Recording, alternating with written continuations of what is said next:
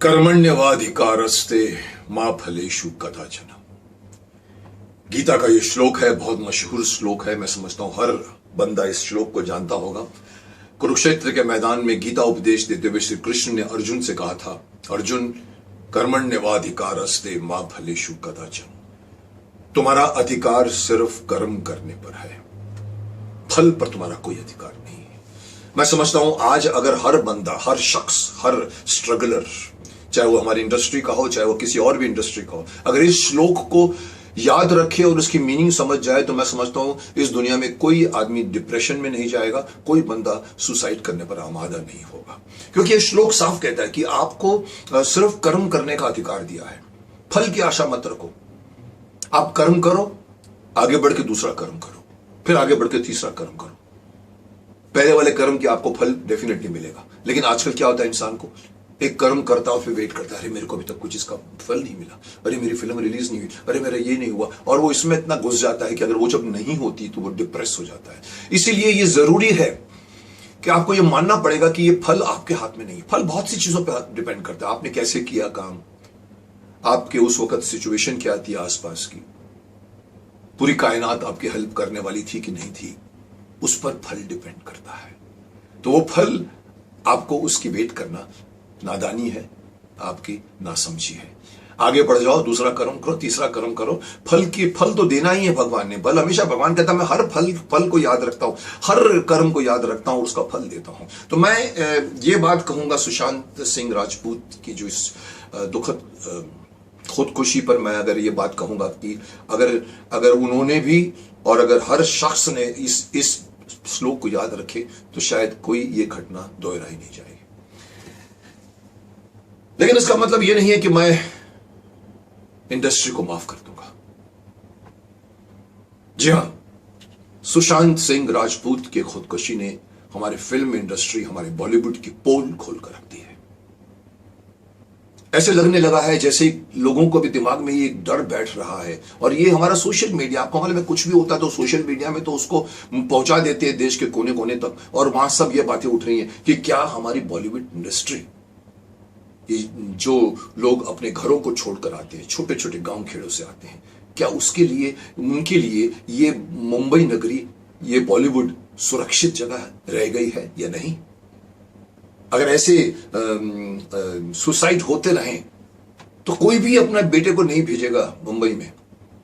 ये हुआ है आज, आज नहीं हुआ, इसके पहले भी टीवी इंडस्ट्री में काफी सुसाइड हुए। जैसे कि मैंने कहा पिछली बार की साउथ में भी एक बहुत बड़ी डांसर एक्ट्रेस ने भी सुसाइड किया था, सफल थी, लेकिन अंदर क्या होता मालूम नहीं पड़ता। लेकिन यह बात जाहिर होती है कि कहीं ना कहीं से हमारी बॉलीवुड इंडस्ट्री में एक तरह का प्रेशर माउंट हो रहा है। एक तरह कहते हैं कि एक तरह के हाउसेस खड़े हो गए चारों तरफ से, जो इस इंडस्ट्री को अपनी बाप की मिल्कियत समझते हैं, बड़े बाप के बेटे हैं, जिसे हम कहते हैं कि नेपोटिज्म कहते हैं, भाई भतीजावाद, या फिर ये कहते हैं कि स्टार सन्स हैं। मैं नाम नहीं लेना चाहूंगा क्योंकि नाम लेने का फायदा नहीं, क्योंकि इन पूरी दुनिया जान चुकी है उन लोगों के नाम। मैं सिर्फ बताना चाहता हूं कि उन लोगों को कि आप अपने बड़े बाप के सिर्फ बेटे हो। आप अपने आप को काम करके अपना खुद का नाम बढ़ाओ।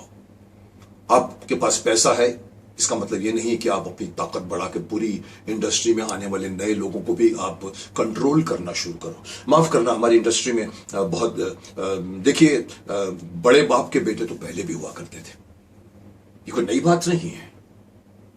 कपूर खानदान के देखो, पृथ्वीराज कपूर से शुरुआत होकर राज कपूर, शम्मी कपूर, शशि कपूर, डब्बू जी, ऋषि जी और आज रणबीर कपूर, ये पूरा एक खानदान चला रहा है। लेकिन कभी भी आपने देखा उन्होंने कभी भी ये कोशिश करने की कोशिश की कि किसी और का करियर उन्होंने कभी इंटरफियर किया होगा? कभी नहीं किया होगा। इसके पहले भी बहुत सारे हमारे जमाने में, मेरे जमाने में, मेरे से पहले के जमाने में बड़े बड़े स्टूडियोज होते थे।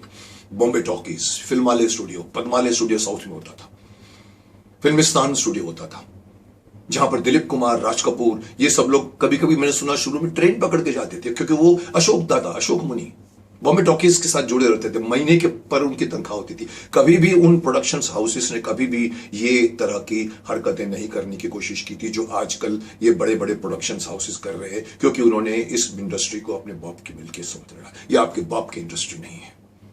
यहां हर किसी को आने का अधिकार है, यहां हर किसी को फिल्म बनाने का अधिकार है। ये स्टूडियो सिस्टम पूरा धीरे धीरे खत्म हो गया। इंडिपेंडेंट प्रोड्यूसर्स आए, यहां नहीं हॉलीवुड में भी ये हुआ है। वार्नर ब्रदर्स, फॉक्स, बड़े बड़े फिल्म डिज्नीज, बड़े बड़े प्रोडक्शंस हाउसेस थे, धीरे धीरे बैठ गए उसके सामने। स्पिलबर्ग जैसे बड़े बड़े इंडिपेंडेंट प्रोड्यूसर्स आए जिन्होंने फिल्में बनाई, और आजकल इंडिपेंडेंट प्रोड्यूसर्स चलते हैं और उनकी फिल्में चलती हैं, लोग देखते हैं। लेकिन मैं इस बॉलीवुड के बारे में कहना चाहूंगा, माफ करना, हमारे यहां पर एक बड़े बड़े दलाल पैदा हो गए हैं, बड़े बड़े कास्टिंग एजेंसियां पैदा हो गई हैं, जो न्यूकमर्स, जो बेचारे गांव खेड़े से आते हैं, खुद के पास लाखों करोड़ों रुपए हैं, लेकिन उन छोटे छोटे गांव से आने वाले उन लोगों को कहते हैं चले हम आपको काम दिला देंगे, हमारा इतना परसेंटेज होगा। मुझे कोई मुझे उसमें बुराई नहीं है, लेकिन मैंने सुना है कि धीरे धीरे वो बड़े गलत वे से कंट्रोल होता है उन लोगों को, और उन लोगों की कमाई पर, उनके हजार लाखों की कमाई पर भी वो सेंध लगाते। अरे आपके पास करोड़ों नहीं है, अरबों हैं, आप अपना काम कीजिए ना। इसलिए मैं सुशांत सिंह राजपूत के इस दुखद, मैं तो समझता हूं कि अभी तो सुसाइड के साथ साथ धीरे धीरे न्यूज चैनल्स, इन्वेस्टिगेशंस हो रही हैं, बात धीरे धीरे ये उठ रही है कि ये आत्महत्या नहीं थी, ये हत्या थी।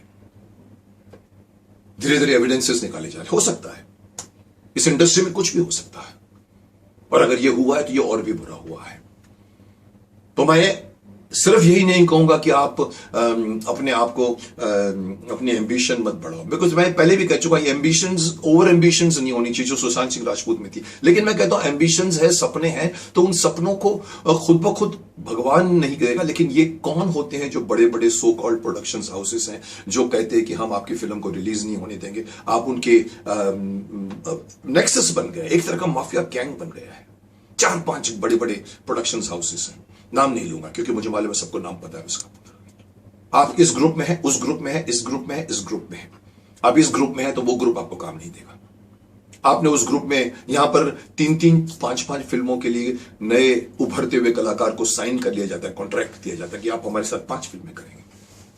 अच्छा लगता है, वो एक्टर भी सुरक्षित महसूस करता है, लेकिन उसके पीछे आप बाहर कहीं कोई फिल्म नहीं कर पाएंगे। पर अगर इसी प्रोडक्शन हाउस ने उसी फिल्मों से अगर मजाक करना शुरू कर दिया, नहीं बनाया, तो आप कहां जाएंगे? ये हुआ है सुशांत सिंह राजपूत के साथ, यही हुआ है। 7 फिल्में उसकी छीन ली गई। आज की जो लेटेस्ट फिल्म जो उसकी बनी थी, शायद ड्राइव करके फिल्म था, मुझे प्रॉपर नाम नहीं मालूम, उस फिल्म को थिएटर में नहीं जाने दिया गया, उसको नेटफ्लिक्स में या अमेजॉन में रिलीज किया गया। क्यों? क्या आपके पास कैपेसिटी नहीं थी? इतना बड़ा प्रोडक्शन हाउस था कि वो थिएटर में रिलीज नहीं कर सकता? क्या उसको थिएटर नहीं मिलते? सारे थिएटर कंट्रोल करते हैं ये बड़े बड़े प्रोडक्शन हाउसेस।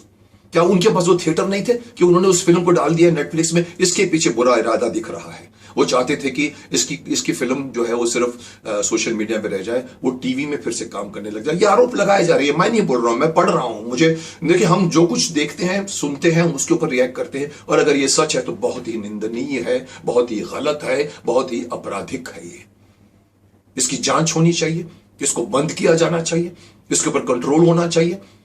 इन सारे लोगों को जो अपने इस इंडस्ट्री को अपनी इंडस्ट्री समझते हैं और वो कहते हैं कि अगर तुम हमारे साथ नहीं हो तो तुम किसी के साथ भी नहीं हो। उनकी फिल्में कंट्रोल करते हैं, उनकी रिलीज कंट्रोल, बड़े बड़े एक्टरों ने भी कंट्रोल किया था। शिकायत की थी 2 साल पहले, अजय देवगन का नाम लेना चाहूंगा क्योंकि अजय देवगन की फिल्म एक फंस गई थी, उसको रिलीज नहीं मिल रहा था, और उसने शिकायत की थी। इवन गोविंदा ने शिकायत की थी कि जब हम रिलीज पर आते हैं तो मालूम पड़ता है कि ये सारे थिएटर्स किसी खास ग्रुप के साथ जुड़े हुए हैं। 2000 थिएटर लेके बैठ जाते हैं। उसी टाइम ईद पर एक रिलीज हो रही थी, दूसरी भी, तीसरी भी, चौथी भी, एक आदमी को पूरी के पूरे थिएटर मिलते हैं, बाकी लोग लटक जाते हैं, या तो वो अपनी डेट को आगे पीछे करते हैं जिसमें उनका नुकसान होता है क्योंकि उन्होंने बनाई थी। मेरा ये कहना है कि किसी के खुद की, ये सारे के थिएटर्स किसी के खुद की मिल्कियत नहीं है। इस पर किसी एक प्रोडक्शन हाउस या 4 प्रोडक्शन हाउस या 3 प्रोडक्शन हाउस का कंट्रोल नहीं होना चाहिए। सबको दिए जाना चाहिए थिएटर, बटने चाहिए थिएटर। चलिए आप भी रिलीज करें, आप भी रिलीज करें, 1/4 आपको, 1/4 आपको, 1/4 आपको, और फिर करो। नहीं, हम आएंगे, और उनके पास पैसे हैं, पूरे मीडिया खरीदा होता है उन लोगों ने। ये मीडिया भी, माफ करना, पूरे का पूरा खरीदा जा चुका है इन लोगों के साथ में। ऐसी बातें लिखते हैं किसी एक्टर के बारे में जो सच नहीं होती, डराते हैं उस एक्टर को कि आप तो गए, आप तो फ्लॉप हो गए। चाहते हैं कि उसके ऊपर पूरा प्रेशर डाला जाए, जो इस केस में हुआ है और भी केसेस में हो रहा है। वो मीडिया हाउसेस इनके पास खरीदे हुए होते हैं। लेकिन मैं ये कहना चाहता हूं कि ये थिएटर का जो एक रैकेट चला है, जिसकी वजह से देखिए फिल्म बनती है, आदमी फिल्म के बारे में सोचता है, अच्छी कहानी होती है, अच्छी मेहनत की जाती है, फिल्म बनती है, लेकिन फिल्म कंप्लीट तब तक नहीं होती जब तक वो थिएटरों में नहीं जाती। अगर थिएटर बन के मेरे अपने घर में डब्बे पड़े हैं तो उस पिक्चर का कोई मायना नहीं है, उसका कोई अस्तित्व नहीं है, उसका कोई औचित्य नहीं है। फिल्म तब कंप्लीट होती है जब वो पब्लिक के सामने आती है। जिस तरह पेंटिंग कभी भी कंप्लीट नहीं होती जब तक वो पब्लिक उसे देख के उसे अप्रिशिएट नहीं करती। तो थिएटर्स तो अल्टीमेटली चाहिए हर मेकर को। तो मैं, अब आप मुझसे पूछोगे, कुछ लोगों ने मुझसे सवाल भी किया था, सर हम भी देख रहे हैं ऐसा कुछ हो रहा है, उन्होंने भी ये नाम बताए हैं और भी बता रहे हैं, सर इसका इलाज क्या किया जाए? इसका किया जा सकता है, इरादे अगर है स्ट्रॉन्ग, यूनिटी है, फिल्म इंडस्ट्री में यूनिटी होनी चाहिए। साउथ में ये नहीं होता।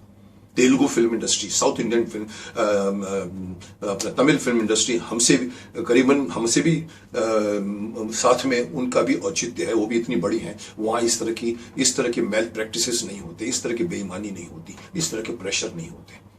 मैं चाहूंगा हमारे, अगर इलाज मुझसे पूछते हो, मैं आह्वान भी करना चाहूंगा सारे जितने भी एसोसिएशंस हैं हमारे, actors association, director association, guild association, distributor association, even जितने भी एसोसिएशंस हमारे पास हैं, उन सबको मिलना चाहिए, मिलकर एक बिल या रूल पास करना चाहिए कि कोई भी इस तरह की बात करेगा तो उसकी फिल्म को रिलीज नहीं होने दिया जाएगा। एसोसिएशन के पास बहुत ताकत है, लेकिन कहीं ना कहीं यही शिकायत मुझे रही है मेरे टाइम से भी कि फिल्म इंडस्ट्री जुड़ती नहीं है, एक नहीं होती, एकता नहीं है। आज उस एकता की आवश्यकता है।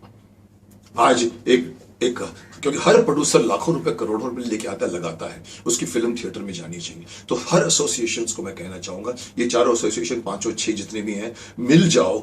और आप बड़े हैं, ये सब प्रोड्यूसर्स बड़े नहीं है। ये प्रोड्यूसर अगर आपको अगर कंट्रोल करते तो बहुत ही गलत बात है।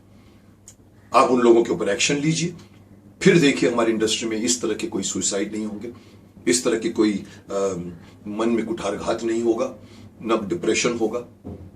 हर आदमी को सिक्योर्ड बनाइए, हर स्ट्रगलर को सिक्योर्ड बनाइए। बेचारा अपने गांव से, कस्बों से भाग कर आता है, अपने घर वालों को छोड़कर आता है, अपने घर वालों को फोन करके बोलता है मैं सब ठीक हूं, मैं ठीक हूं, जबकि वो ठीक नहीं होता।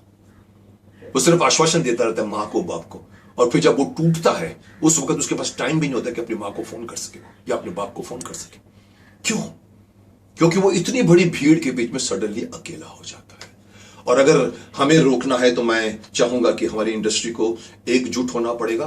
पर इन सारे जो बड़े बड़े माफिया ग्रुप, बड़े बड़े जो प्रोडक्शन हाउसेस हो गए हैं, जो इस इंडस्ट्री को अपने बाप की मिल के समझते हैं, उनको उनकी जगह बतानी चाहिए। उनको कहना चाहिए कि आप जितने बड़े हैं, वो छोटा प्रोड्यूसर जिसने सिर्फ 10 करोड़ में फिल्म बनाई है, आपके पास 300 करोड़ है, इसका मतलब ये नहीं है कि आपकी चलेगी उसकी नहीं चलेगी, उसको भी उतना मौका दिया जाएगा। एसोसिएशंस होती किसके लिए है? आर्टिस्ट एसोसिएशन को, director association, producer association, guild, ये सब होते किसके लिए? लोगों के फायदे के लिए होते हैं ना, इंडस्ट्री के फायदों के लिए होते हैं। तो मैं फिर से लास्ट में यही कहूंगा कि करो कुछ, ताकि लोग ये सोचना बंद कर दें कि बॉलीवुड एक खतरनाक जगह बन गई है जहां हमारे बेटे बेटियां सुरक्षित नहीं है। कल वो अपने बेटे बेटियों को भेजने से डरे नहीं, इसके लिए कुछ करना बहुत जरूरी है। ये एसोसिएशंस, इनके खिलाफ इनको दंड तो जरूर देगी, पर मैं समझता हूं कि दंड का अधिकार तो उन सारे एसोसिएशन से ज्यादा तो आपके हाथ में उनका कंट्रोल है। जी हां, मैं ये कहना चाहूंगा कि अगर आप उनकी फिल्मों को देखना बंद कर दें तो कोई उनकी ताकत नहीं बढ़ेगी, क्योंकि उनको यह बात का एहसास होगा कि किसी एक फिल्म प्रोड्यूसर की फिल्म को वो रिलीज नहीं होने देते, थिएटर नहीं देते, तो आज अगर उनकी फिल्म को थिएटर में जाने के बाद में भी पब्लिक नहीं मिलती तो उनको वो मालूम पड़ेगा कि वो क्या कर रहे थे उन लोगों के साथ में, क्या उन लोगों को कष्ट पहुंचा रहे थे, क्या उन लोगों का नुकसान पहुंचा रहे थे। इसलिए मैं कहूंगा कि असली जज तो आप लोग हैं। अगर आपको लगता है कि इन लोगों ने सुशांत राजपूत जैसे एक्टर को या और भी कई एक्टरों को अगर ये प्रेशर डालते, जैसे कि मैं बता रहा हूं कि इंडस्ट्री डेफिनेटली इसके पोल खुली है, तो बंद कर दीजिए इन लोगों की फिल्मों को देखना, खुद ब खुद सड़क पे आ जाएंगे ये लोग।